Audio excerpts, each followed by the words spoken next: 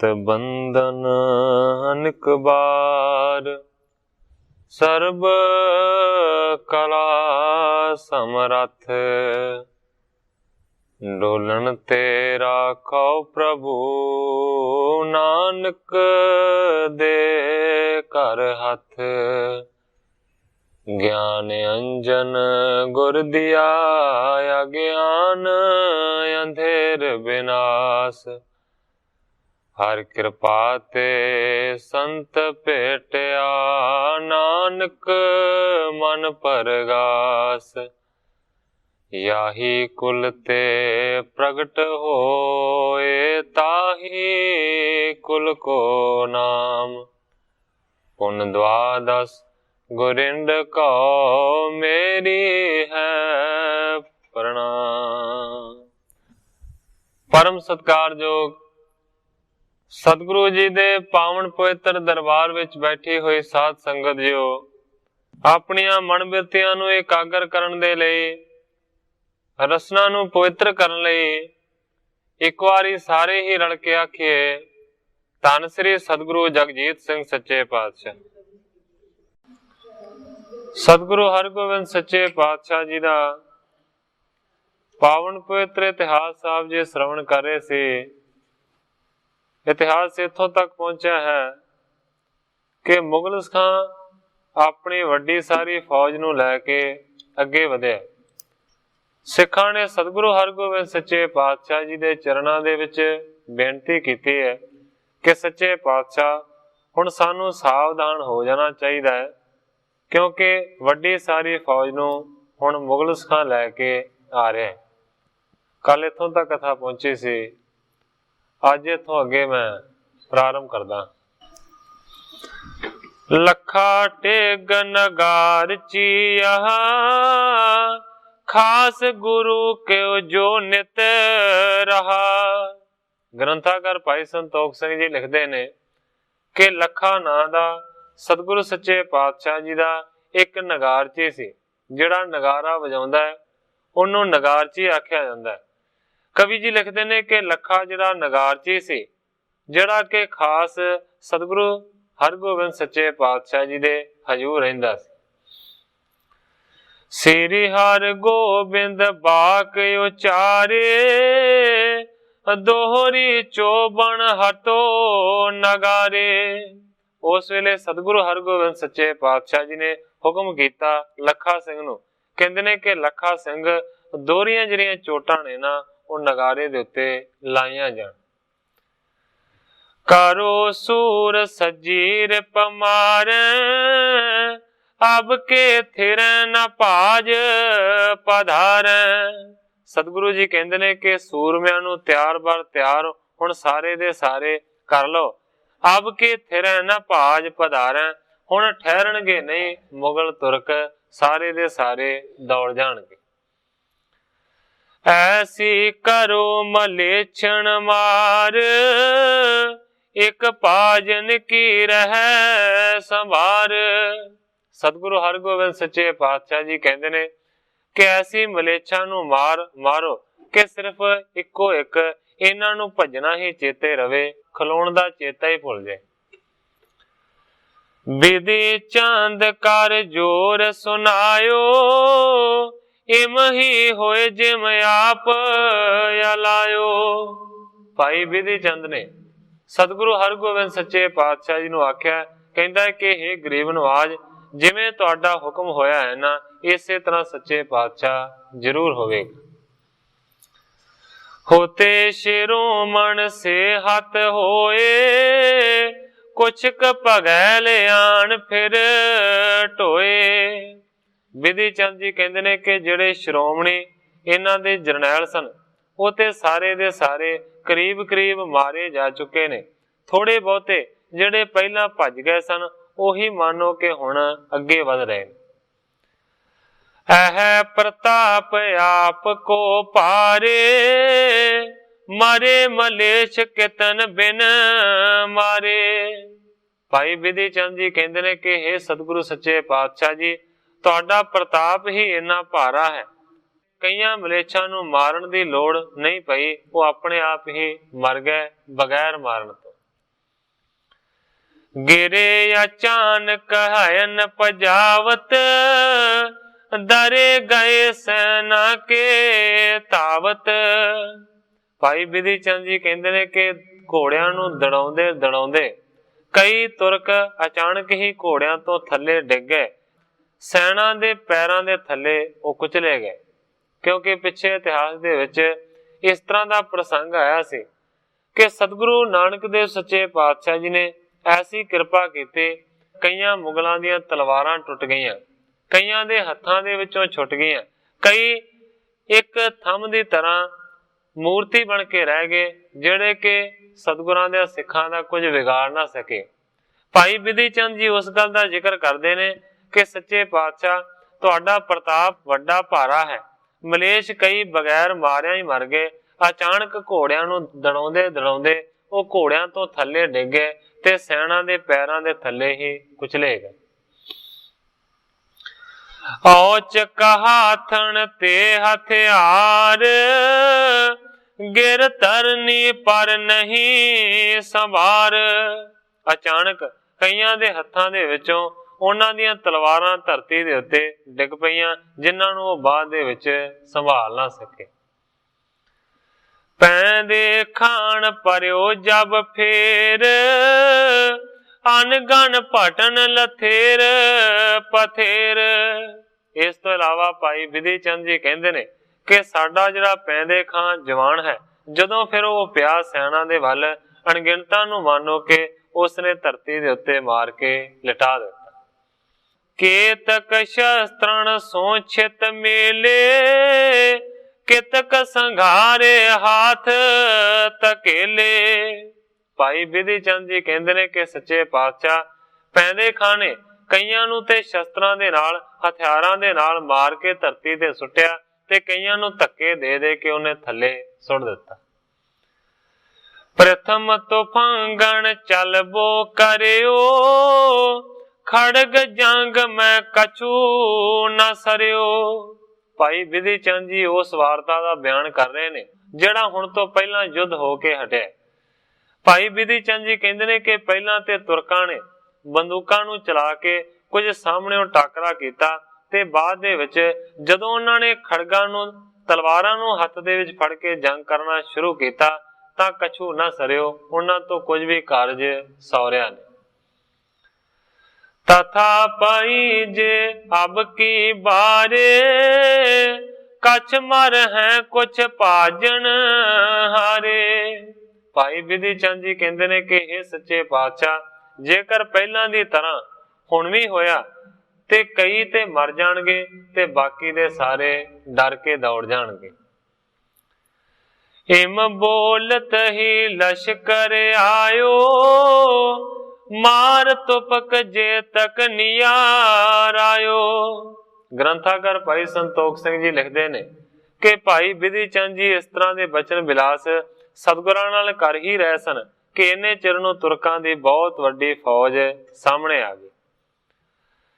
ज्वाला बामणी सब मिल छोरी, पहुंच दूर लो लागत गोली। दोवां पासियां तो जिहड़ियां बंदूकां ने बहुत सारियां चलियां ने, जिन्हां ने दूर तक मार कीती।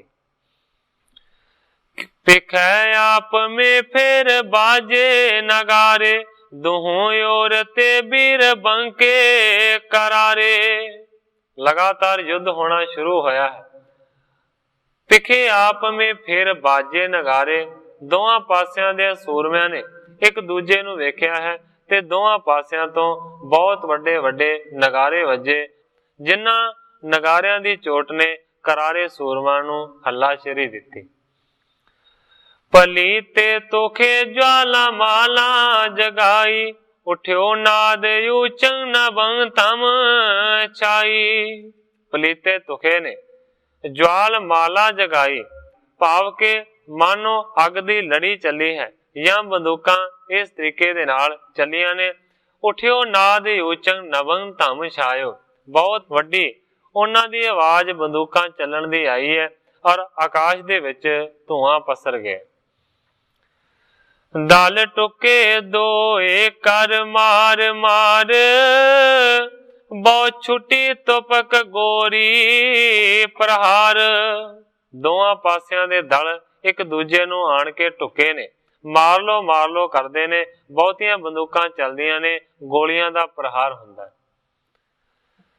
ਗਿਰ ਪਰੇ ਸੂਰ ਫੁੱਟੇ ਸਰੀਰ, ਹੈ ਫਿਰ ਛੂਛ ਜਬ ਮਰਤ ਵੀਰ।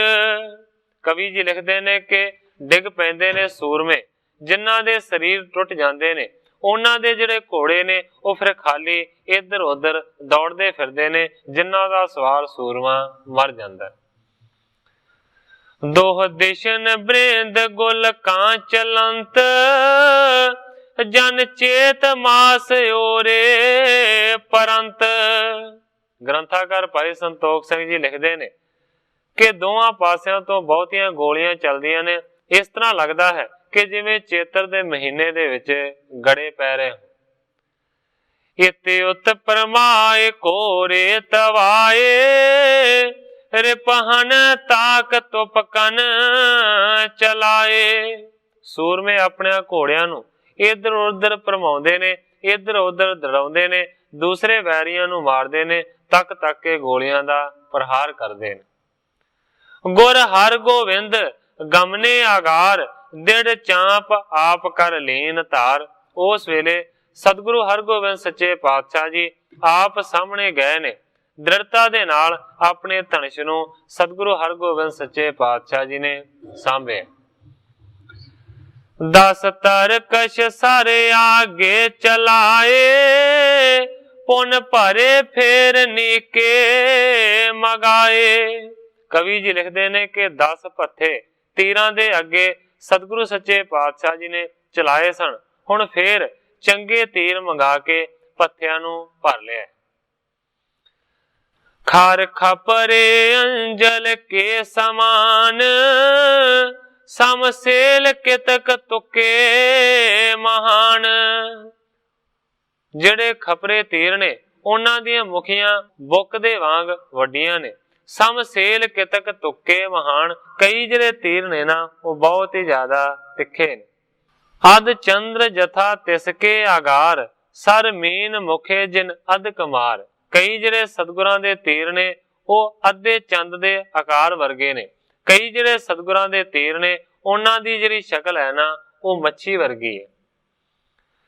ਖਰ ਕੰਟਕ ਸੇ ਕੇ ਤਕ ਕਰਾਏ, ਤਬ ਚਲੇ ਸ਼ੂਕ ਜਨ ਨਾਗ ਜਾਏ।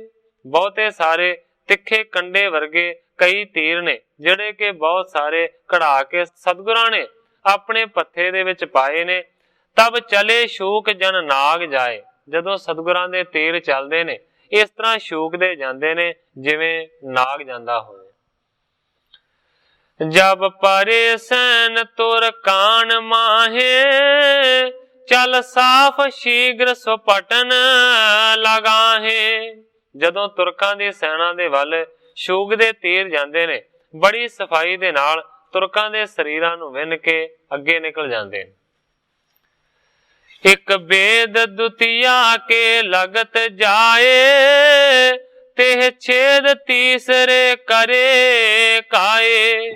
ਪਹਿਲਾਂ ਸਤਿਗੁਰਾਂ ਦਾ ਛੱਡਿਆ ਹੋਇਆ ਤੀਰ ਇੱਕ ਤੁਰਕ ਦੇ ਸਰੀਰ ਦੇ ਵਿੱਚ ਦੀ ਅੱਗੇ ਲੰਘਦਾ ਹੈ, ਫਿਰ ਦੂਸਰੇ ਨੂੰ ਜਾ ਕੇ ਲੱਗਦਾ ਹੈ ਤੇ ਫਿਰ ਉਹਦੇ ਸਰੀਰ ਨੂੰ ਕੱਟ ਕੇ ਵੱਢ ਕੇ ਫਿਰ ਤੀਸਰੇ ਨੂੰ ਵੀ ਜਾ ਮਾਰਦਾ ਹੈ। ਹੋ ਇੱਕ ਪਟ ਜਿਸ ਕੇ ਲਗੰਤ, ਨਹੀਂ ਬਚੇ ਫੇਰ ਤੂਰਨ ਗਿਰੰਤ। ਕਵੀ ਜੀ ਲਿਖਦੇ ਨੇ ਭਾਵੇਂ ਕੋਈ ਸੂਰਮਾ ਹੋਵੇ, ਭਾਵੇਂ ਕੋਈ ਘੋੜਾ ਹੋਵੇ, ਜਿਹਨੂੰ ਵੀ ਤੀਰ ਲੱਗ ਜਾਂਦਾ ਹੈ ਉਹ ਬਚਦਾ ਨਹੀਂ। ਤਬ ਲਗੇ ਗਿਰਨ ਜੋਦਾ ਵਿਸਾਲ, ਪਰਖੰਤ ਬਾਣ ਛੂਟੇ ਕਰਾਲ। ਉਸ ਵੇਲੇ ਕਵੀ ਜੀ ਲਿਖਦੇ ਨੇ ਕਿ ਸਤਿਗੁਰਾਂ ਦੇ ਦੁਆਰਾ ਚਲਾਏ ਹੋਏ ਤੀਰਾਂ ਨੇ ਬਹੁਤੇ ਸਾਰੇ ਯੋਧਿਆਂ ਨੂੰ ਮਾਰ ਦਿੱਤਾ। ਫਿਰ ਜਿਹੜੇ ਤੁਰਕ ਨੇ ਉਹ ਚਲਾਏ ਹੋਏ ਤੀਰਾਂ ਦੀ ਪਰਖ ਕਰਦੇ ਨੇ ਜਿਹੜੇ ਬੜੇ ਭਿਆਨਕ ਨੇ।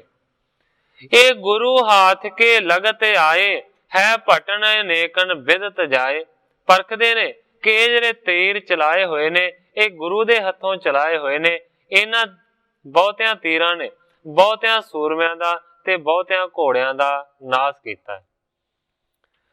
ਬਹੁ ਵਡੇਰ ਮੋਟੇ ਦੇਖ ਦੇਖ, ਜੇ ਜੀਅਤ ਤਰਾਸ ਤਰਤ ਵਸ਼ੇਖ। ਕਵੀ ਜੀ ਲਿਖਦੇ ਨੇ ਵੱਡੇ ਤੇ ਮੋਟਿਆਂ ਤੀਰਾਂ ਨੂੰ ਦੇਖ ਦੇਖ ਕੇ ਜਿਹੜੇ ਅਜੇ ਜਿਉਂਦੇ ਬਚੇ ਨੇ ਉਹ ਬਹੁਤ ਹੀ ਜ਼ਿਆਦਾ ਡਰ ਮੰਨਦੇ ਨੇ। ਇਸ ਸਮੇਂ ਕੌਣ ਸਾਕੈ ਚਲਾਏ, ਬੜੇ ਨੋ ਉਚਿਤ ਤਨ ਜੋ ਕਰਾਏ। ਇੱਕ ਦੂਜੇ ਨੂੰ ਕਹਿੰਦੇ ਨੇ ਕਿ ਇਸ ਸਮੇਂ ਦੇ ਵਿੱਚ ਐਸਿਆਂ ਤੀਰਾਂ ਨੂੰ ਕੌਣ ਚਲਾ ਸਕਦਾ ਹੈ। ਬੜ ਇਨਹ ਉਚਿਤ ਧਨ ਜੋ ਕਰਾਏ, ਵੱਡਾ ਧਨਖ ਜੋ ਬਣਾਇਆ ਹੈ ਸੋ ਇਹਨਾਂ ਦੇ ਹੀ ਲਾਇਕ ਹੈ। ਹੋਰ ਕੋਈ ਇੰਨੇ ਵੱਡੇ ਧਨੁਸ਼ ਨੂੰ ਚਲਾ ਨਹੀਂ ਸਕਦਾ ਫੜ ਕੇ। ਕੋ ਸਕੈ ਐਚ ਬੜ ਹੋਏ ਕਠੋਰ, ਜਿਸ ਧਰੇ ਜੋਰ ਬਹੁ ਪਟਨ ਫੋਰ। ਬਲ ਦੇ ਨਾਲ, ਤਾਕਤ ਦੇ ਨਾਲ ਜਿਸ ਨੂੰ ਧਾਰਨ ਕੀਤਾ ਹੋਇਆ ਹੈ ਧਨੁਸ਼ ਨੂੰ, ਇਹਨਾਂ ਨੂੰ ਉਹੀ ਖਿੱਚ ਸਕਦਾ ਹੈ ਜਿਹੜਾ ਕਿ ਇਹਨਾਂ ਤੀਰਾਂ ਨੂੰ ਚਲਾ ਰਿਹਾ ਹੈ। ਨਹੀਂ ਬਚੇ ਗਜੇਂਦਰ ਜੇ ਲਗਤ ਜਾਏ, ਹੈ ਨਰਨ ਕੌਣ ਗਿਣਤੀ ਕਰਾਏ।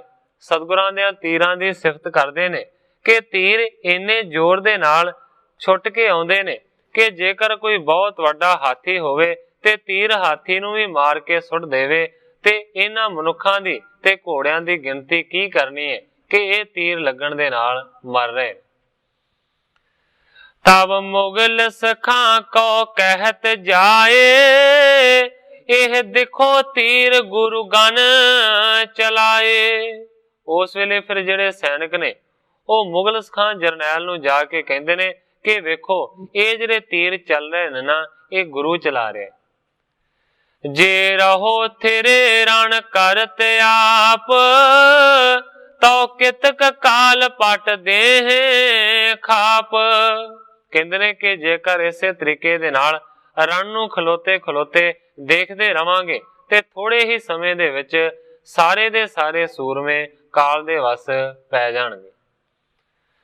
ਇੱਕ ਤੀਰ ਸੰਗ ਦੇ ਬਹੁਤ ਕਾਏ, ਨਹੀਂ ਸਮੂਹ ਹੋਤ ਪਟ ਤਰਾਸ ਪਾਏ। ਕਹਿੰਦੇ ਨੇ ਕਿ ਇੱਕ ਤੀਰ ਦੇ ਨਾਲ ਬਹੁਤੇ ਸਾਡੇ ਸਾਥੀਆਂ ਨੂੰ ਗੁਰੂ ਦੇ ਤੀਰ ਵਿੰਨ ਦਿੰਦੇ ਨੇ। ਨਹੀਂ ਕੋਈ ਸਾਹਮਣੇ ਜਾਣ ਦੀ ਫਿਰ ਯੁਰਤ ਕਰਦਾ, ਡਰ ਮੰਨਦੇ ਨੇ ਸਾਡੇ ਸੂਰਮੇ। ਹੋਣੀ ਸੋ ਹੋਏ ਹੱਲਾ ਕਰੇ ਹੋ, ਕਰ ਖੜਗ ਜੰਗ ਤੇ ਮਾਰ ਦੇਹੋ। ਮੁਗਲ ਖਾਨ ਜਰਨੈਲ ਨੂੰ ਕਹਿੰਦੇ ਨੇ ਕਿ ਜੋ ਹੋਵੇਗਾ ਉਹ ਵੇਖਿਆ ਜਾਵੇਗਾ, ਇਸ ਕਰਕੇ ਵੱਡਾ ਹੱਲਾ ਕਰਨ ਦਾ ਹੁਕਮ ਦਿਓ, ਤਲਵਾਰਾਂ ਦੇ ਨਾਲ ਜੰਗ ਮਚਾ ਦੇਈਏ। ਪਕੜਿਓ ਨਾ ਜਾਏ ਗੁਰੂ ਬਲ ਵਿਸਾਲ, ਜਿਨ ਕਰਿਓ ਖੇਤ ਸੰਗਰ ਕਰਾਲ। ਨਾਲ ਦੇ ਜਿਹੜੇ ਸਾਥੀ ਨੇ ਉਹ ਮੁਗਲ ਖਾਨ ਨੂੰ ਸਲਾਹ ਦਿੰਦੇ ਨੇ ਕਿ ਜਿਹੜੀ ਤੂੰ ਆਪਣੇ ਮਨ ਦੇ ਵਿੱਚ ਧਾਰਨਾ ਬਣਾਈ ਹੋਈ ਹੈ ਕਿ ਗੁਰੂ ਨੂੰ ਜਿਉਂਦਿਆਂ ਫੜਨਾ ਹੈ, ਇਹ ਕਦੇ ਹੋ ਨਹੀਂ ਸਕਦਾ। ਉਹਨੇ ਕੈਦ ਦੇ ਵਿੱਚ ਜਿਉਂਦਿਆਂ ਆਉਣਾ ਨਹੀਂ ਹੈ। ਜਿਨ ਕਰਿਓ ਖੇਤ ਸੰਗਰ ਕਰਾਲ, ਜਿਹੜਾ ਕਿ ਵੱਡੇ ਜੰਗ ਨੂੰ ਲੜ ਰਿਹਾ ਹੈ ਉਹ ਕਿਸ ਤਰੀਕੇ ਦੇ ਨਾਲ ਕਾਬੂ ਦੇ ਵਿੱਚ ਆਵੇਗਾ। ਸੁਣ ਮੁਗਲ ਸਖਾਂ ਔਰ ਤਰਾਸ ਧਾਰ, ਗੁਰ ਤੇ ਨਾ ਹੋਏ ਪ੍ਰਾਨਨ ਉਧਾਰ। ਇਹਨਾਂ ਗੱਲਾਂ ਨੂੰ ਸੁਣ ਕੇ ਮੁਗਲ ਖਾਂ ਵੀ ਬਹੁਤ ਜ਼ਿਆਦਾ ਧੁਰ ਅੰਦਰ ਤੋਂ ਡਰ ਗਿਆ ਹੈ, ਕੰਬ ਗਿਆ ਹੈ। ਸੋਚਦਾ ਹੈ ਗੁਰੂ ਤੇ ਨਾ ਹੋਏ ਪ੍ਰਾਨਨ ਉਧਾਰ, ਮੇਰੇ ਪ੍ਰਾਣਾਂ ਦਾ ਬਚਾਓ ਗੁਰੂ ਤੋਂ ਹੁਣ ਕਦੇ ਹੋ ਨਹੀਂ ਸਕਦਾ। ਅਬ ਬਨੈ ਨਾਹਿ ਹਟ ਬੋ ਪਿਛਾਰ, ਮਰ ਗਏ ਵੀਰ ਲੜ ਕੈ ਜੁਝਾਰ। ਸੋਚਦਾ ਹੈ ਮੁਗਲ ਖਾਂ ਕਿ ਹੁਣ ਮੈਨੂੰ ਪਿੱਛੇ ਬਿਲਕੁਲ ਵੀ ਹਟਣਾ ਨਹੀਂ ਚਾਹੀਦਾ, ਕਿਉਂਕਿ ਬਹੁਤ ਸਾਰੇ ਮੇਰੇ ਜਿਹੜੇ ਸੂਰਬੀਰ ਸਾਥੀ ਨੇ ਜੁਝਾਰੂ, ਉਹ ਲੜ ਕੇ ਜੂਝ ਕੇ ਮਰ ਗਏ ਨੇ। ਜਿਨ ਕੋ ਪਰੋਸ ਥੋ ਜੁਧ ਮਾਹੇ, ਸੋ ਮਰੇ ਵੀਰ ਦਖਿਅੰਤ ਨਾਹੇ। ਸੋਚਦਾ ਹੈ ਮੁਗਲ ਖਾਂ ਕਿ ਜਿਨ੍ਹਾਂ ਦਾ ਯੁੱਧ ਦੇ ਵਿੱਚ ਮੈਨੂੰ ਸੂਰਮਿਆਂ ਦਾ ਵੱਡਾ ਭਰੋਸਾ ਸੀ, ਉਹ ਸਾਰੇ ਦੇ ਸਾਰੇ ਮਰ ਗਏ ਨੇ। ਆਸੇ ਪਾਸੇ ਕੋਈ ਉਹਨਾਂ ਵੱਡਾ ਸੂਰਮਾ ਨਹੀਂ ਦਿਖਦਾ ਜਿਹੜੇ ਕਿ ਪਹਿਲਾਂ ਸਨ। ਕੁਮਲਾਏ ਬਦਨ ਗੀਦੀ ਵਿਸਾਲ, ਗਨ ਸੁਪਾਟ ਹਕਾਰ ਲੀਨੇ ਸੋ ਨਾਲ। ਜਿਨ੍ਹਾਂ ਯੋਧਿਆਂ ਦੇ ਚਿਹਰੇ ਮੁਰਝਾਏ ਨੇ, ਜਿਹੜੇ ਕਾਇਰ ਨੇ, ਉਹਨਾਂ ਸਾਰਿਆਂ ਨੂੰ ਮਾਨੋ ਕਿ ਉਸ ਵੇਲੇ ਮੁਗਲਸ ਖਾਨ ਨੇ ਹੁਕਮ ਦੇ ਨਾਲ ਅੱਗੇ ਕੀਤਾ। ਤਬ ਚਲਿਓ ਅਗਰ ਬਾਜੇ ਨਿਸ਼ਾਨ, ਸਭ ਦਏ ਛੋਰ ਫਰਰੇ ਨਿਸ਼ਾਨ। ਉਸ ਵੇਲੇ ਸਾਰਿਆਂ ਨੂੰ ਅੱਗੇ ਚਲਾ ਦਿੱਤਾ ਹੈ। ਬਹੁਤ ਵੱਡੇ ਵੱਡੇ ਜਿਹੜੇ ਨਿਸ਼ਾਨ ਨੇ, ਭਾਵ ਕੇ ਜਿਹੜੇ ਧੌਂਸੇ ਨੇ, ਉਹ ਵੱਜੇ ਨੇ ਤੇ ਝੰਡਿਆਂ ਨੂੰ ਅੱਗੇ ਕੀਤਾ। ਉਤਸਾਹ ਸਭਨ ਕੋ ਦੇ ਪੁਕਾਰ, ਹੱਥ ਲੈ ਹੋ ਵੀਰ ਨਿਜ ਕਾਰ ਸਾਰ। ਸਾਰਿਆਂ ਨੂੰ ਪੁਕਾਰ ਪੁਕਾਰ ਕੇ ਉੱਚੀ ਆਵਾਜ਼ ਦੇ ਨਾਲ ਮੁਗਲਸ ਖਾਂ ਹੱਲਾ ਸ਼ੇਰੀ ਦਿੰਦਾ ਹੈ। ਕਹਿੰਦਾ ਹੈ, ਹੱਥ ਲੈ ਹੋ ਵੀਰ ਨਿਜ ਕਾਰ ਸਾਰ। ਹੇ ਮੇਰੇ ਪਿਆਰਿਓ ਸੂਰਮਿਓ, ਵੈਰੀਆਂ ਨੂੰ ਮਾਰ ਕੇ ਥੱਲੇ ਸੁੱਟ ਦਿਓ, ਆਪਣੇ ਕਾਰਜ ਨੂੰ ਸਵਾਰ ਲਓ। ਚੱਲ ਸ਼ਾਹ ਨਿਕਟ ਜਸ ਕਹਿ ਤੁਮਾਰ, ਬਖਸ਼ਿਸ਼ ਦਿਵਾਉ ਸਭ ਕੋ ਸੰਭਾਰ। ਮੁਗਲ ਖਾਂ ਕਹਿੰਦਾ ਹੈ ਕਿ ਜੇਕਰ ਤੁਸੀਂ ਜਿੱਤ ਦੀ ਪ੍ਰਾਪਤੀ ਕਰੋਗੇ ਤੇ ਉਤਸ਼ਾਹ ਦੇ ਨਾਲ ਲੜੋਗੇ ਤੇ ਫਿਰ ਬਾਦਸ਼ਾਹ ਦੇ ਕੋਲ ਜਾ ਕੇ ਮੈਂ ਸਾਰਿਆਂ ਨੂੰ ਸੰਭਾਲ ਕੇ ਸਾਰਿਆਂ ਨੂੰ ਬਹੁਤੀਆਂ ਜ਼ਿਆਦੀਆਂ ਬਾਦਸ਼ਾਹ ਦੇ ਕੋਲੋਂ ਬਖਸ਼ਿਸ਼ਾਂ ਦਵਾਵਾਂਗਾ। ਸੈਯਦ ਦਿਦਾਰ ਲਈ ਕੀਨ ਬਾਮ, ਸੁਲਤਾਨ ਬੇਗ ਇੱਕ ਮੁਗਲ ਨਾਮ। ਗ੍ਰੰਥਾਕਾਰ ਭਾਈ ਸੰਤੋਖ ਸਿੰਘ ਜੀ ਲਿਖਦੇ ਨੇ, ਮੁਗਲਸ ਖਾਂ ਦੇ ਕੋਲ ਹੁਣ ਦੋ ਹੀ ਜਰਨੈਲ ਬਚੇ ਨੇ। ਇੱਕ ਹੈ ਸੈਯਦ ਜਿਹਦਾ ਨਾਮ ਹੈ ਦਿਦਾਰਲੀ, ਤੇ ਦੂਸਰਾ ਹੈ ਜਿਹਦਾ ਨਾਮ ਹੈ ਸੁਲਤਾਨ ਬੇਗ। ਕਵੀ ਜੀ ਲਿਖਦੇ ਨੇ ਕਿ ਸੈਯਦ ਦਿਦਾਰਲੀ ਨੂੰ ਉਸਨੇ ਆਪਣੇ ਖੱਬੇ ਪਾਸੇ ਕੀਤਾ ਹੈ ਤੇ ਜਿਹੜਾ ਸੁਲਤਾਨ ਬੇਗ ਹੈ ਉਸ ਮੁਗਲ ਨੂੰ ਸੱਜੇ ਪਾਸੇ ਕੀਤਾ। तेह करियो दाहने सैन संग, ਇਹ बचे ਵੀਰ द्वै करत जंग। ਦਿਦਾਰਲੀ ਤੇ ਸੁਲਤਾਨ ਬੇਗ ਇਹੀ ਜਿਹੜੇ ਵੱਡੇ ਸੂਰਮੇ ਜਰਨੈਲ ਨੇ ਨਾ, ਇਹ ਜੰਗ ਕਰਦਿਆਂ ਕਰਦਿਆਂ ਅਜੇ ਬਚੇ ਸਨ। ਉਹਨਾਂ ਨੂੰ ਹੁਣ ਨਾਲ ਲੈ ਕੇ ਮੁਗਲ ਖਾਂ ਆਪ ਅੱਗੇ ਵਧੇ। ਸਭ ਔਰ ਮਾਰ ਧੂਲ ਮਿਲਾਏ, ਚੱਲ ਅਗਰ ਜਿੱਤੇ ਔਰ ਤਰਾਸ ਪਾਏ। ਬਾਕੀ ਦੇ ਸਾਰੇ ਮਾਰ ਕੇ ਧੂੜੀ ਦੇ ਵਿੱਚ ਮਿਲਾ ਦਿੱਤੇ ਸਨ। ਹੁਣ ਜਿਹੜੇ ਬਚਦੇ ਸੂਰਮੇ ਨੇ ਨਾ, ਉਹ ਵੀ ਡਰਦੇ ਡਰਦੇ ਅੱਗੇ ਵਧ ਰਹੇ ਨੇ।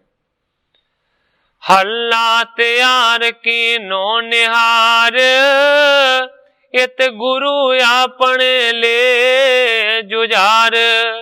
ਹੱਲਾ ਕਰਨ ਦੀ ਪੂਰੀ ਮੁਗਲਸ ਖਾਂ ਨੇ ਤਿਆਰੀ ਕੀਤੀ ਹੈ। ਦੂਸਰੇ ਪਾਸੇ ਕਵੀ ਜੀ ਲਿਖਦੇ ਨੇ ਕਿ ਜੁਝਾਰੂ ਜਿਹੜੇ ਗੁਰੂ ਨੇ ਆਪਣੇ ਸੂਰਮੇ ਨੇ ਨਾ, ਉਹ ਵੀ ਤਿਆਰ ਕੀਤੇ ਨੇ। ਹੁਣ ਕਹਿਣ ਦਾ ਭਾਵ ਇਹ ਹੈ ਕਿ ਮੁਗਲਸ ਖਾਂ ਵਿਚਕਾਰ ਹੈ। ਇੱਕ ਪਾਸੇ ਸੁਲਤਾਨ ਬੇਗ ਹੈ ਤੇ ਦੂਸਰੇ ਪਾਸੇ ਜਿਹੜਾ ਸੈਯਦ ਦਿਦਾਰਲੀ ਹੈ ਉਹ ਹੈ। ਵਿਚਕਾਰ ਮੁਗਲਸ ਖਾਂ ਹੈ। ਦੂਸਰੇ ਪਾਸੇ ਕਵੀ ਜੀ ਲਿਖਦੇ ਨੇ ਕਿ ਗੁਰੂ ਜੀ ਨੇ ਕਿਸ ਤਰ੍ਹਾਂ ਤਿਆਰੀ ਕੀਤੀ ਹੈ, ਉਹ ਵੀ ਦੱਸਦਾ। ਪਟ ਪੈਂਦੇ ਖਾਨ ਨਿਜ ਬਾਮ ਕੀਨ, ਪਟ ਵਿਧੀ ਚੰਦ ਦਾਏ ਸੋਲੀਨ। ਹੁਣ ਸਤਿਗੁਰੂ ਸੱਚੇ ਪਾਤਸ਼ਾਹ ਜੀ ਵੀ ਆਪ ਵਿਚਕਾਰ ਨੇ। ਜਿਹੜਾ ਸਤਿਗੁਰਾਂ ਦਾ ਪੈਂਦੇ ਖਾਂ ਸੂਰਮਾ ਹੈ, ਉਸ ਨੂੰ ਆਪਣੇ ਖੱਬੇ ਹੱਥ ਰੱਖਿਆ ਹੈ ਤੇ ਜਿਹੜਾ ਵਿਧੀ ਚੰਦ ਹੈ ਉਸ ਨੂੰ ਸੱਜੇ ਪਾਸੇ ਰੱਖਿਆ। ਬਰ ਬਿਪਰ ਮਲਕ ਜਾਤੀ ਕਰਾਲ, ਸੋ ਪਰਿਓ ਤਾਏ ਪਟਲੀਨ ਨਾਲ।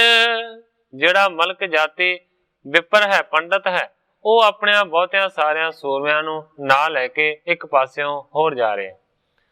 ਦਲ ਮਿਲੇ ਦੋਏ ਕਰ ਮਾਰ ਮਾਰ, ਔਰ ਕ੍ਰੋਧ ਧਾਰ ਚਾਲੇ ਪ੍ਰਹਾਰ। ਦੋਵੇਂ ਦੇ ਦੋਵੇਂ ਦਲ ਜੁਟੇ ਨੇ, ਮਾਰ ਲੋ ਕਰਦੀਆਂ ਆਵਾਜ਼ਾਂ ਦੇ ਨਾਲ ਬੜਾ ਹਿਰਦੇ ਦੇ ਵਿੱਚ ਕ੍ਰੋਧ ਧਾਰਨ ਕੀਤਾ ਹੋਇਆ, ਇੱਕ ਦੂਜੇ ਨੂੰ ਮਾਰਨ ਦੇ ਵਾਸਤੇ ਪ੍ਰਹਾਰ ਕਰਦੇ ਨੇ। ਇਤਿ ਉਤ ਤਵਾਏ ਆਪਾ ਬਚਾਏ, ਕਰ ਤਿਆਰ ਤੁਪਕ ਤਾਕੈ ਚਲਾਏ। ਇਧਰ ਉਧਰ ਘੋੜਿਆਂ ਨੂੰ ਭਜਾ ਕੇ ਆਪਣੇ ਆਪ ਨੂੰ ਬਚਾਉਂਦੇ ਨੇ, ਬੰਦੂਕਾਂ ਨੂੰ ਤਿਆਰ ਕਰ ਕਰਕੇ ਚਲਾਉਂਦੇ ਨੇ।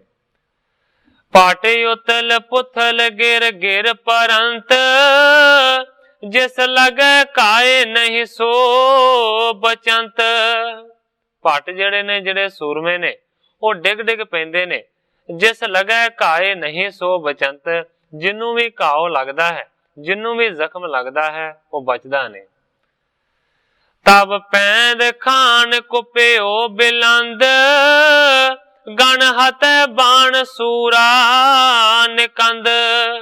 ਕਵੀ ਜੀ ਲਿਖਦੇ ਨੇ ਕਿ ਰਣ ਭੂਮੀ ਦੇ ਵਿੱਚ, ਮੈਦਾਨੇ ਜੰਗ ਦੇ ਵਿੱਚ ਜਿਹੜਾ ਪੈਂਦੇ ਖਾਂ ਹੈ ਉਹ ਬਹੁਤ ਹੀ ਜ਼ਿਆਦਾ ਗੁੱਸੇ ਦੇ ਵਿੱਚ ਆਇਆ ਹੈ ਤੇ ਉਹ ਤੀਰਾਂ ਨੂੰ ਚਲਾ ਰਿਹਾ ਹੈ, ਵਿਨ ਵਿਨ ਕੇ ਸੂਰਮਿਆਂ ਦਾ ਨਾਸ ਕਰ ਰਿਹਾ। ਬਹੁ ਗੁਰੂ ਤੀਰ ਰਣ ਖੇਤ ਮਾਹੇ, ਬਰਖੰਤ ਅਦ ਕਦੇ ਟਿਕਣ ਨਾਹੇ।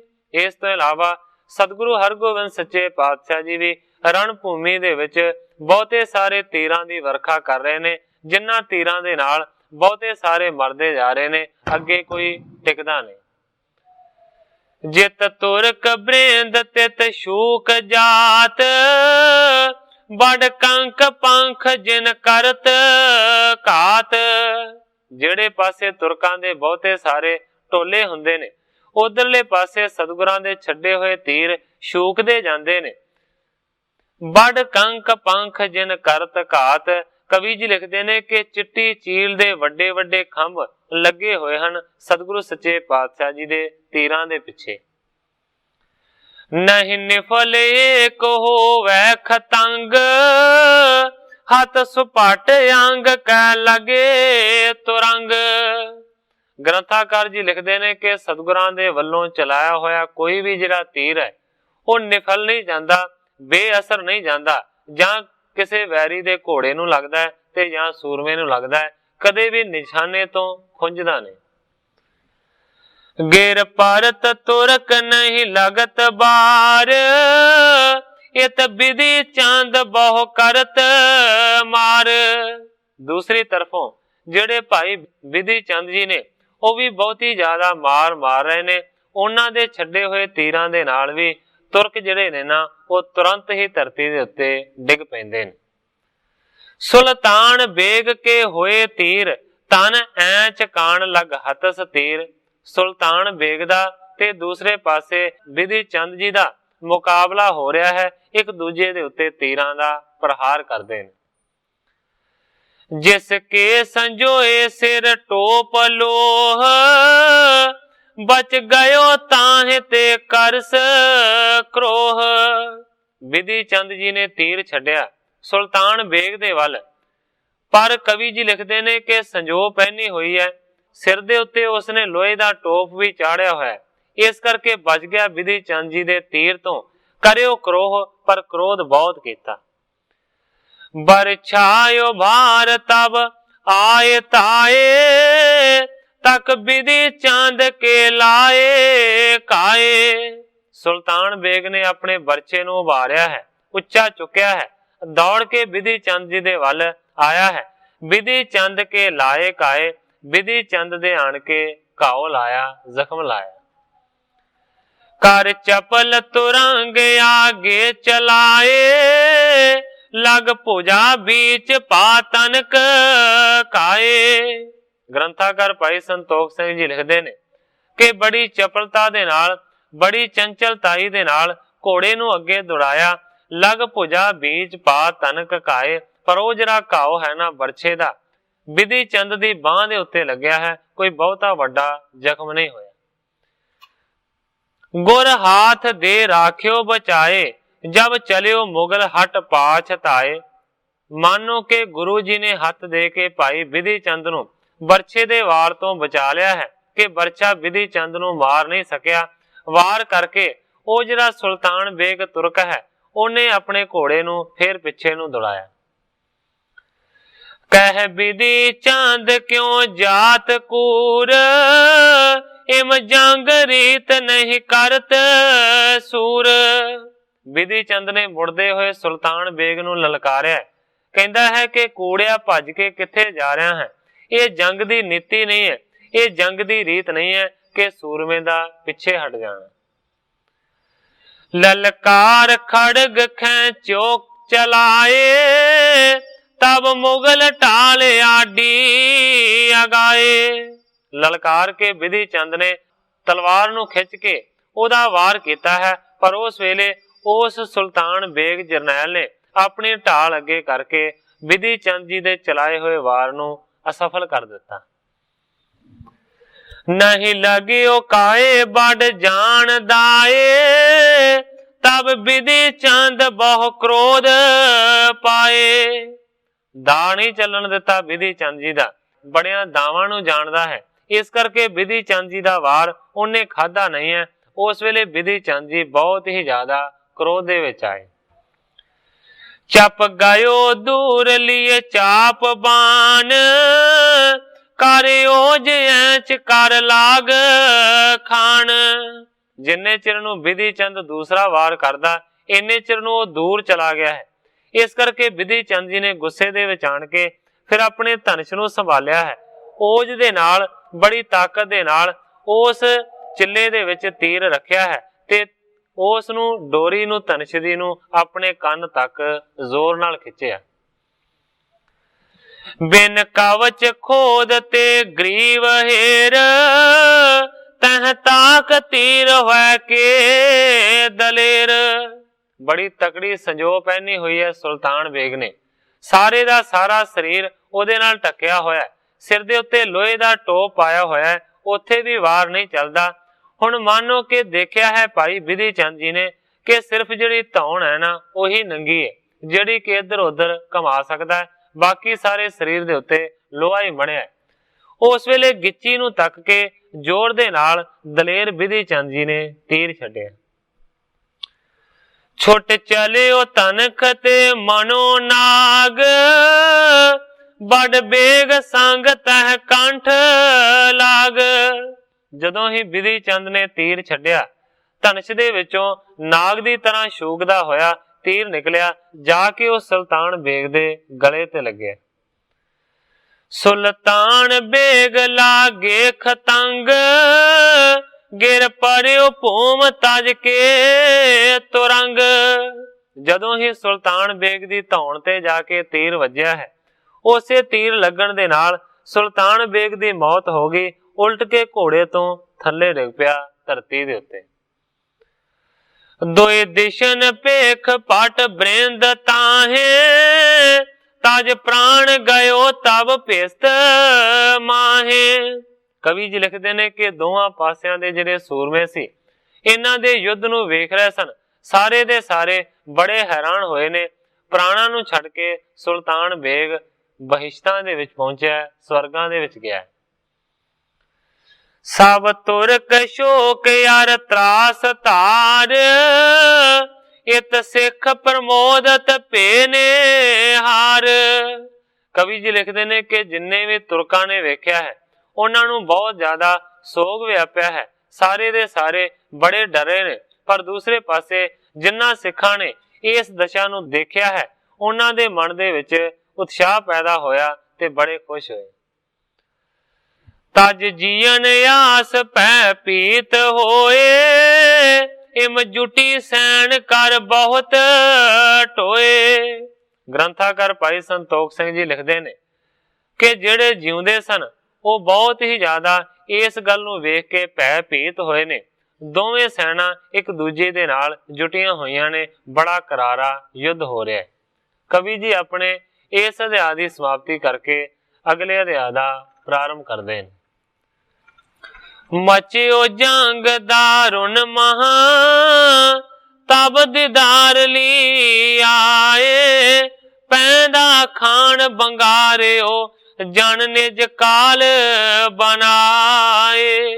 ਗ੍ਰੰਥਾਕਾਰ ਭਾਈ ਸੰਤੋਖ ਸਿੰਘ ਜੀ ਲਿਖਦੇ ਨੇ ਕਿ ਬਹੁਤ ਵੱਡਾ ਭਿਆਨਕ ਜੰਗ ਮਚਿਆ ਹੋਇਆ ਸੀ। ਉਸ ਵੇਲੇ ਜਿਹੜਾ ਦੀਦਾਰਲੀ ਹੈ, ਉਸਨੇ ਪੈਂਦੇ ਖਾਨ ਨੂੰ ਆਣ ਕੇ ਵੰਗਾਰਿਆ ਹੈ। ਜਨ ਨਿਜ ਕਾਲ ਬਣਾਏ, ਭਾਵ ਕਿ ਪੈਂਦੇ ਖਾਨ ਨੂੰ ਉਸ ਦੀਦਾਰਲੀ ਨੇ ਨਹੀਂ ਵੰਗਾਰਿਆ, ਮਾਨੋ ਕਿ ਆਪਣੀ ਮੌਤ ਨੂੰ ਬੁਲਾਵਾ ਦਿੱਤਾ। ਹੈ ਕੋ ਤਵਾਏ ਦੋਨੋਂ ਸੁਬੀਰ, ਲਿਏ ਚਾਂਪ ਆਪ ਖਰ ਸੰਦ ਤੀਰ। ਦੋਵਾਂ ਨੇ ਆਪੋ ਆਪਣੇ ਘੋੜਿਆਂ ਨੂੰ ਦੌੜਾਇਆ ਹੈ, ਇੱਕ ਦੂਜੇ ਦੇ ਸਾਹਮਣੇ ਆਏ ਨੇ। ਚਾਂਪ ਆਪ ਖਰ ਸੰਦ ਤੀਰ, ਭਾਵ ਕੇ ਤੀਰ ਜੋੜੇ ਨੇ ਆਪਣੇ ਧਨੁਸ਼ ਦੇ ਵਿੱਚ, ਕਿਉਂਕਿ ਤਿੰਨ ਤਰ੍ਹਾਂ ਦੇ ਯੋਧੇ ਅੱਗੇ ਆ ਰਹੇ ਨੇ। ਤੁਰਕਾਂ ਵਾਲੇ ਪਾਸਿਓਂ ਵਿਚਕਾਰਲੇ ਪਾਸੇ ਮੁਗਲਸ ਖਾਂ ਹੈ। ਇੱਕ ਪਾਸੇ ਦਿਦਾਰਲੀ ਖਾਨ ਹੈ ਔਰ ਦੂਸਰੇ ਪਾਸੇ ਉਹ ਤੁਰਕ ਸੀ ਸੁਲਤਾਨ ਬੇਗ ਜਿਹੜਾ ਕਿ ਬਿਧੀ ਚੰਦ ਤੋਂ ਮਾਰਿਆ ਗਿਆ। ਦੂਸਰੇ ਪਾਸੇ ਸਤਿਗੁਰੂ ਸੱਚੇ ਪਾਤਸ਼ਾਹ ਜੀ ਵਿਚਕਾਰ ਆ ਰਹੇ ਨੇ। ਇੱਕ ਪਾਸੇ ਬਿਧੀ ਚੰਦ ਹੈ, ਦੂਸਰੇ ਪਾਸੇ ਪੈਂਦੇ ਖਾਂ ਹੈ। ਸੁਲਤਾਨ ਬੇਗ ਦੇ ਨਾਲ ਬਿਧੀ ਚੰਦ ਜੀ ਦਾ ਯੁੱਧ ਹੋਇਆ ਤੇ ਬਿਧੀ ਚੰਦ ਨੇ ਸੁਲਤਾਨ ਬੇਗ ਨੂੰ ਮਾਰ ਦਿੱਤਾ ਹੈ। ਹੁਣ ਦੂਸਰੇ ਪਾਸੇ ਦਿਦਾਰਲੀ ਖਾਂ ਹੈ ਮੁਗਲਸ ਖਾਂ ਦੇ ਦੂਸਰੇ ਪਾਸੇ, ਤੇ ਸਤਿਗੁਰਾਂ ਦੇ ਦੂਸਰੇ ਪਾਸੇ ਹੁਣ ਪੈਂਦੇ ਖਾਂ ਹੈ। ਹੁਣ ਪੈਂਦੇ ਖਾਂ ਦਾ ਤੇ ਦੂਸਰੇ ਪਾਸੇ ਦਿਦਾਰਲੀ ਦਾ ਯੁੱਧ ਹੋਣ ਲੱਗਾ ਹੈ। ਇਸ ਤਰ੍ਹਾਂ ਬਿਆਨ ਕੀਤਾ ਹੈ। ਜਦੋਂ ਇਹ ਵੀ ਆਪਸ ਦੇ ਵਿੱਚ ਲੜ ਕੇ ਹਟ ਜਾਣਗੇ ਤੇ ਫਿਰ ਮੁਗਲਸ ਖਾਂ ਦਾ ਤੇ ਸਤਿਗੁਰਾਂ ਦਾ ਯੁੱਧ ਹੋਵੇਗਾ। ਗ੍ਰੰਥਾਕਾਰ ਭਾਈ ਸੰਤੋਖ ਸਿੰਘ ਜੀ ਲਿਖਦੇ ਨੇ ਕਿ ਦੋਵਾਂ ਨੇ ਘੋੜਿਆਂ ਨੂੰ ਦੌੜਾਇਆ ਔਰ ਇੱਕ ਦੂਜੇ ਦੇ ਸਾਹਮਣੇ ਆਏ। ਕੀਨੇ ਪ੍ਰਹਾਰ ਇਤਿ ਉਤੈ ਧਾਏ, ਦੋਹਾਂ ਦਿਸ਼ਨ ਸੂਰ ਲਗ ਅਨਕ ਘਾਏ। ਇੱਕ ਦੂਜੀ ਫੌਜ ਦੇ ਉੱਤੇ ਦੋਵਾਂ ਨੇ ਪ੍ਰਹਾਰ ਕੀਤੇ ਨੇ, ਬਹੁਤੇ ਸਾਰੇ ਤੀਰਾਂ ਨੂੰ ਚਲਾਇਆ। ਦਿਦਾਰਲੀ ਨੇ ਸਤਿਗੁਰਾਂ ਦੇ ਸੂਰਮਿਆਂ ਨੂੰ ਮਾਰਿਆ ਤੇ ਪੈਂਦੇ ਖਾਂ ਨੇ ਉਹਨਾਂ ਤੁਰਕਾਂ ਨੂੰ ਮਾਰਿਆ। ਸੈਯਦ ਦਿਦਾਰਲੀ ਤਾਜ ਖਤੰਗ, ਪਿਖ ਪੈਂਦ ਖਾਨ ਕੇ ਹਨਤ ਅੰਗ। ਜਿਹੜਾ ਸੈਯਦ ਦਿਦਾਰਲੀ ਹੈ ਉਹ ਆਪਣੇ ਤੀਰ ਨੂੰ ਛੱਡ ਕੇ ਪੈਂਦੇ ਖਾਂ ਨੂੰ ਮਾਰਨਾ ਚਾਹੁੰਦਾ। ਪਹਿਰੇ ਸੰਜੋਏ ਨਹੀਂ ਲਗਤ ਕੋਏ, ਸਹਿ ਡੋਬ ਲੋਹ ਮੈਂ ਦੇਹ ਸੋਏ। ਪਰ ਸੈਯਦ ਦਿਦਾਰਲੀ ਨੂੰ ਕੋਈ ਮੌਕਾ ਨਹੀਂ ਮਿਲਦਾ, ਕਿਉਂਕਿ ਪੈਂਦੇ ਖਾਂ ਨੇ ਵੀ ਸੰਜੋ ਪਹਿਨੀ ਹੋਈ ਹੈ, ਦਾ ਲੱਗ ਨਹੀਂ ਸਕਦਾ। ਸਹਿ ਡੋਬ ਲੋਹ ਮੈਂ ਦੇਹ ਸੋਏ, ਭਾਵ ਕਿ ਉਹਦੀ ਜਿਹੜੀ ਦੇਹ ਹੈ ਨਾ ਉਹ ਮਾਨੋ ਕਿ ਲੋਹੇ ਦੇ ਵਿੱਚ ਹੀ ਮੜੀ ਹੋਈ ਹੈ, ਡੁੱਬੀ ਹੋਈ ਹੈ। ਬਹੁ ਕਰ ਉਪਾਏ ਹਥਿਆਰ ਡਾਰ, ਇਤਿ ਉਤ ਤਵਾਏ ਕਰ ਹੈ ਪ੍ਰਹਾਰ। ਬੜੇ ਉਪਾਅ ਕਰਦਾ ਹੈ, ਬੜੇ ਯਤਨਾਂ ਦੇ ਨਾਲ ਹਥਿਆਰਾਂ ਨੂੰ ਚਲਾਉਂਦਾ ਹੈ, ਇਧਰ ਉਧਰ ਘੋੜੇ ਨੂੰ ਦੜਾ ਕੇ ਪ੍ਰਹਾਰ ਕਰਦਾ ਹੈ। ਤਬ ਪੈਂਦ ਖਾਨ ਗਨ ਤਜਤ ਬਾਣ, ਗਰ ਕਵਚ ਤਾਂਹ ਨਹੀਂ ਚੁਭਤ ਜਾਣ। ਦੂਸਰੇ ਪਾਸੇ ਜਿਹੜਾ ਪੈਂਦੇ ਖਾਂ ਹੈ ਉਹ ਵੀ ਬੜੇ ਤੀਰਾਂ ਨੂੰ ਚਲਾਉਂਦਾ ਹੈ ਸੈਯਦ ਦਿਦਾਰਲੀ ਦੇ ਉੱਤੇ, ਪਰ ਉਹਨੇ ਵੀ ਕਵਚ ਨੂੰ ਪਹਿਨਿਆ ਹੋਇਆ, ਸੰਜੋ ਪਾਈ ਹੋਈ ਹੈ। ਇਸ ਕਰਕੇ ਕੋਈ ਵੀ ਤੀਰ ਜਾ ਕੇ ਪੈਂਦੇ ਖਾਂ ਦਾ ਉਹਦੇ ਸਰੀਰ ਦੇ ਵਿੱਚ ਨਹੀਂ ਖੁੱਭਦਾ। ਇਮਯੁਰ ਵਿਚਾਰ ਤੱਕ ਕੇ ਤੁਰੰਗ, ਹੱਥ ਤੀਰ ਤਾਂਹ ਕੇ ਭਾਲ ਅੰਗ। ਜਦੋਂ ਪੈਂਦੇ ਖਾਂ ਦਾ ਚਲਾਇਆ ਹੋਇਆ ਤੀਰ ਕੋਈ ਨੁਕਸਾਨ ਨਾ ਪਹੁੰਚਾ ਸਕਿਆ, ਫਿਰ ਵਿਚਾਰ ਕਰਕੇ ਪੈਂਦੇ ਖਾਂ ਨੇ ਇੱਕ ਤੀਰ ਚਲਾਇਆ ਹੈ ਜਿਹੜਾ ਕਿ ਉਸ ਦੇ ਘੋੜੇ ਦੇ ਮੱਥੇ ਦੇ ਵਿੱਚ ਜਾ ਖੁੱਭਿਆ। ਵੱਡ ਬੇਗ ਸਹਿਤ ਲਾਗਿਓ ਪ੍ਰਹਾਰ, ਪਰਵੇਸ਼ੋ ਸ਼ੀਗਰ ਗਾ ਪਿਛਾਰ ਪਾਰ।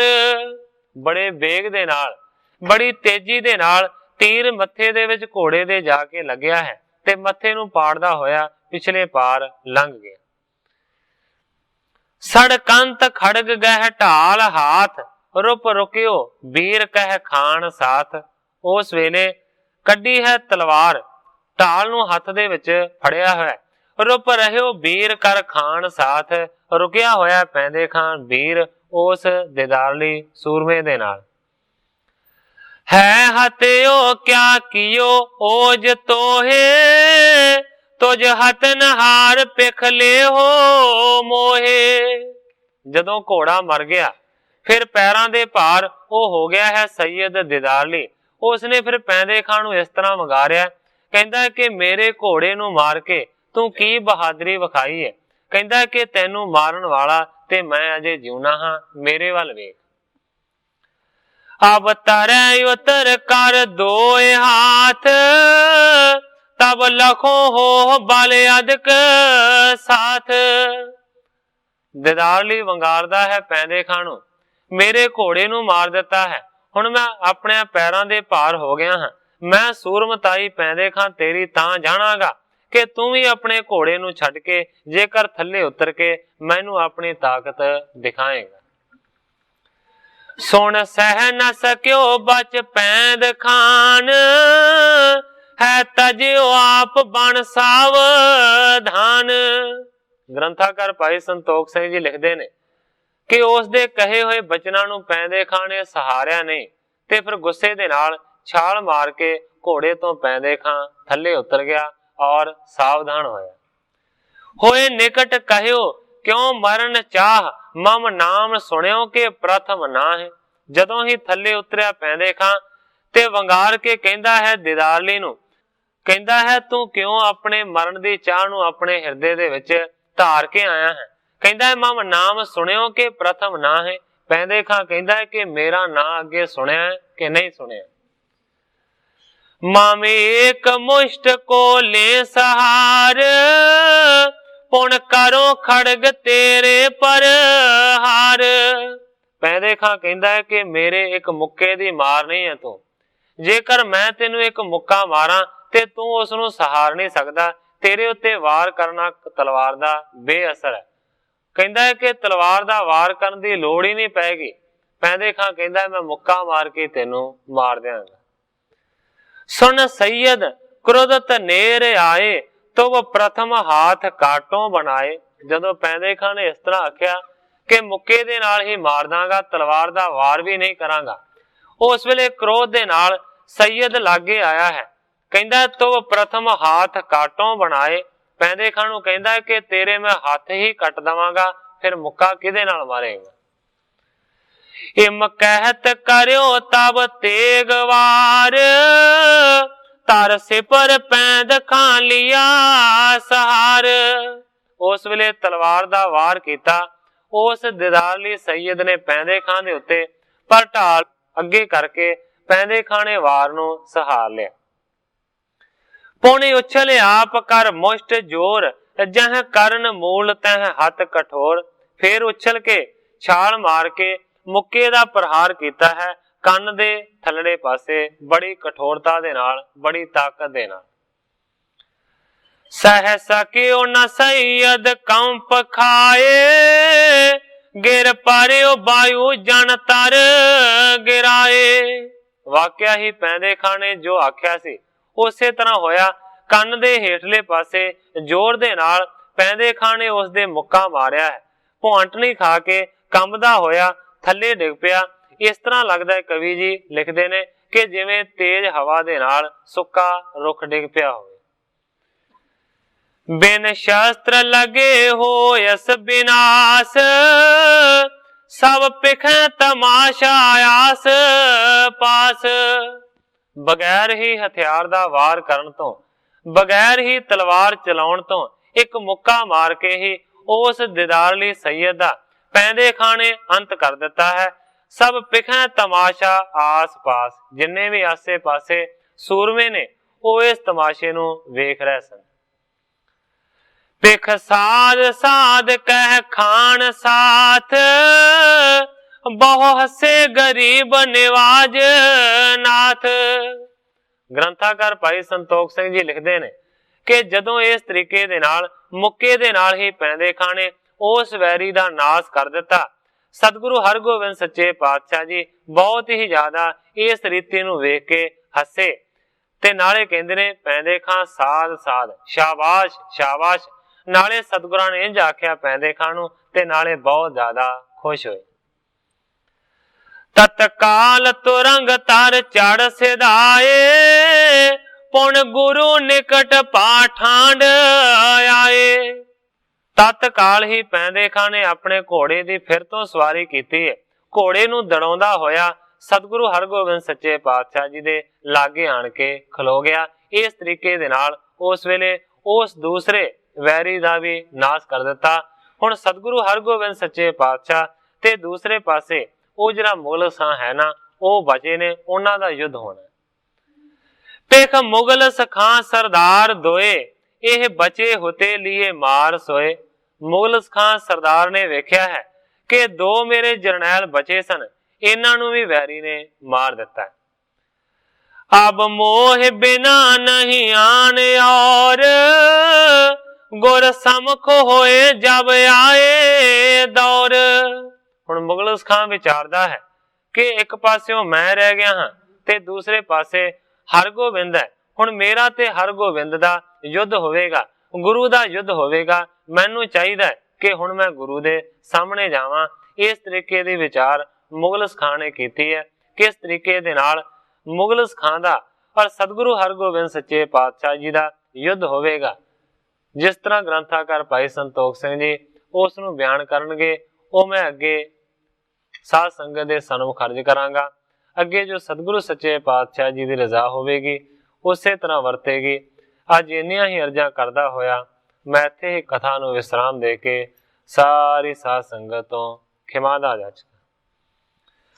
हे अच्युत हे पार ब्रह्म अविनाशी अगनास, हे पूरन हे सर्ब में दुख पंजन गुणतास, हे संगी हे निरंकार हे निर्गुण सब टेक, हे गोबिंद हे गुण निदान जाके सदा विवेक, हे अपरंपर हर हरे है पी होवनहार, हे संतः कै सदा संग ने धारा आधार, हे ठाकुर हो दास रो मैं निर्गुण गुण नहीं कोय, नानक दीजै नाम दान राखो ही परोय, याही कुल ते प्रगट होय ताही कुल को नाम, पुन द्वादश गुरिंद को मेरी है प्रणाम।